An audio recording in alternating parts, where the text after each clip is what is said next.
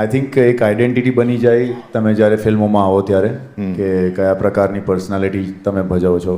અને આ હાઇટ સાથે ડૂમ લઈને આવું, પેટ લઈને આવું મોટું, તો સારું ન લાગે.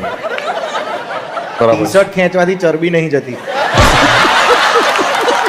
આવું મને મારો જીમ ટ્રેનર કહેતો હતો. મારે બી સેમ જ છે, મેં ખેંચવાનું જ બંધ કરી દીધું. હાલ એ ખેંચીને તો અહીંયા છાતી અને એના વચ્ચે અહીંયા ભરાઈ જાય છે આમ. પછી એવું લાગે મેં બ્લાઉઝ પહેરી છે એટલે મારે વચ્ચેથી પેલી વચ્ચે જે થર છે ને બે ચરબીવાળા વચ્ચેનો ત્યાંથી આપ કાઢવું પડે. આપણે બે લેવલ પર છે ને કે આપણા માટે આગળ જતા ટી શર્ટ બને જ નહીં, આપણે સીધા બ્લાઉઝ જ લેવા પડશે.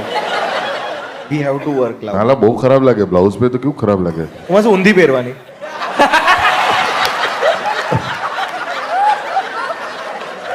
પાછળનો ભાગ આગળ આવી જાય તો ના ખરાબ લાગે એમ. આપણે બ્લાઉઝ પહેરીશું તો આગળની પાછળ જ લીવેજ આવશે એટલી ચરબી છે પાછળ.